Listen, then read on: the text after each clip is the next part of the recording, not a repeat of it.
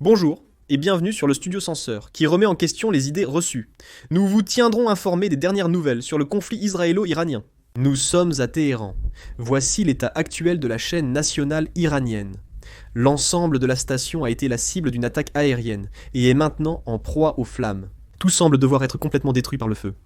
Ici Téhéran, la chaîne nationale iranienne. Une vidéo montre la chaîne nationale iranienne en feu à l'arrière-plan, tandis qu'un journaliste à l'avant-plan explique la situation depuis Téhéran. Voici les images de l'attaque contre la chaîne nationale iranienne, rendue publique par l'armée israélienne. On voit le bâtiment de la chaîne en proie à un violent incendie. C'est au-dessus de Téhéran. Le système de défense aérienne étant percé, l'armée de l'air israélienne opère librement dans le ciel de Téhéran. Voici des images des unités de défense aérienne survivantes à Téhéran, attaquant l'armée de l'air israélienne.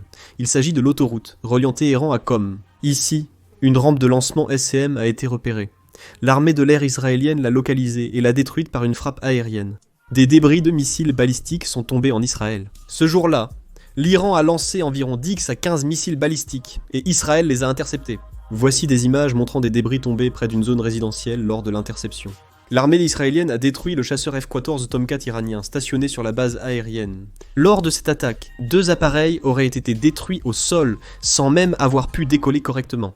On voit aussi beaucoup de scènes très étranges.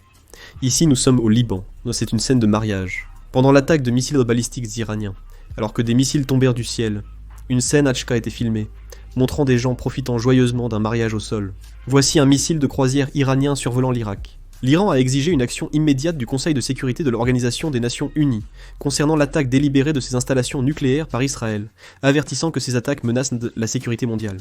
Benjamin Netanyahou, le Premier ministre israélien, a déclaré que l'attaque contre l'Iran avait probablement retardé de manière significative le programme nucléaire iranien. Israël a attaqué les 3 principales installations nucléaires iraniennes, de Natanz, Ispahan et Fordo, ainsi que plusieurs scientifiques clés du programme nucléaire iranien. D'après les images satellites et les experts, l'attaque aurait gravement touché au moins 2 sites, et l'étendue des dégâts apparaît peu à peu. Le Croissant Rouge iranien a annoncé sur X le décès de 2 employés lors de l'attaque israélienne à Téhéran. Le Croissant Rouge iranien a affirmé que l'attaque est survenue pendant que les secouristes accomplissaient leur mission humanitaire, sans prendre part à des activités militaires, a-t-il déclaré.